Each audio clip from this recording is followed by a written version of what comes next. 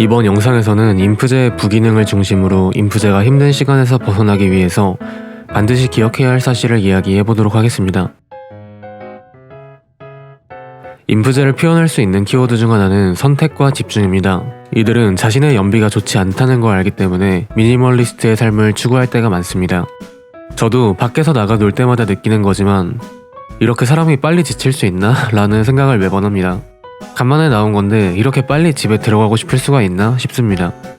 역시 나의 서식지는 집 이외의 것이 될 수 없다는 걸 오늘도 뼈저리게 느낍니다. 이 이야기를 왜 하냐면 인프제는 기본적으로 같은 자극에도 높은 피로도를 느끼는 유형이라는 것입니다. 또 관계를 맺고 유지하는 데 있어 사용하는 에너지가 정말 큰 유형이기도 합니다. 그렇기 때문에 인프제는 종종 방전되는 상태를 겪곤 합니다. 이렇게 방전됐을 때는 동굴로 들어가 철저하게 혼자만의 시간을 가지려 하죠.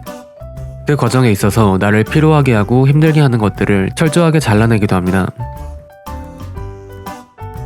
인프제는 스트레스 상황에서 종종 주기능에 집착하곤 합니다. 그래서 자신이 내린 결론만이 정답이라 믿고 고집적인 모습을 보이곤 하죠.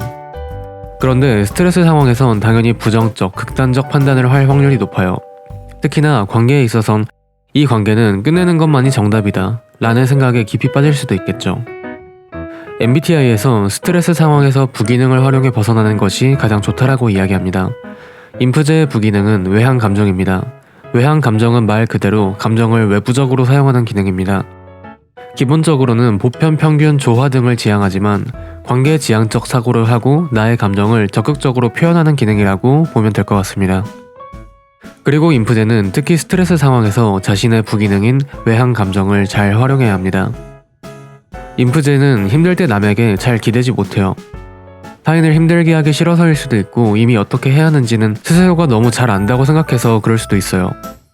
하지만 그럴 때일수록 솔직한 마음을 주변에 털어놓아야 합니다. 혼자서는 쉽게 벗어날 수 없을 것 같고 잘 벗어나지지 않던 힘듦이 대화를 통해 생각보다 금방 해결될 수 있음을 경험하는 것이 이들에겐 아주 중요합니다.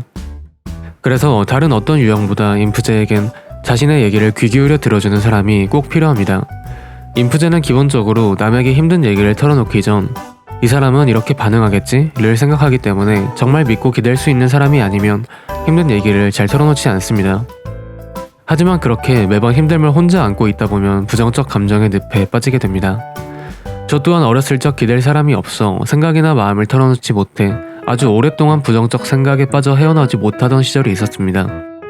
우리는 타인의 어깨에 기대는 연습이 필요한 유형이라는 걸 잊지 말아야 합니다. 흔히 인프제는 고독과 관계를 동시에 원하는 유형이라고 말합니다. 그리고 인프제는 힘들 때 종종 관계에 의존하는 대신 고독을 선택하곤 합니다. 하지만 잊지 말아야 합니다. 어째서 사람을 뜻하는 단어가 인이 아니라 인간인지, 사람을 뜻하는 한자인 사람인이 있는데 그 뒤에 굳이 사이 간자를 넣은 것인지 말입니다. 인프제는 동굴이 아니라 광장에 있을 때 빛나는 사람들입니다. 그러니 여러분 주변에 소중한 사람들을 잘라내지 않고 기꺼이 소중하게 대해주시길 바라겠습니다. 이번 영상은 여기까지고요. 그럼 저는 다음 영상에서 찾아뵙도록 할게요. 안녕.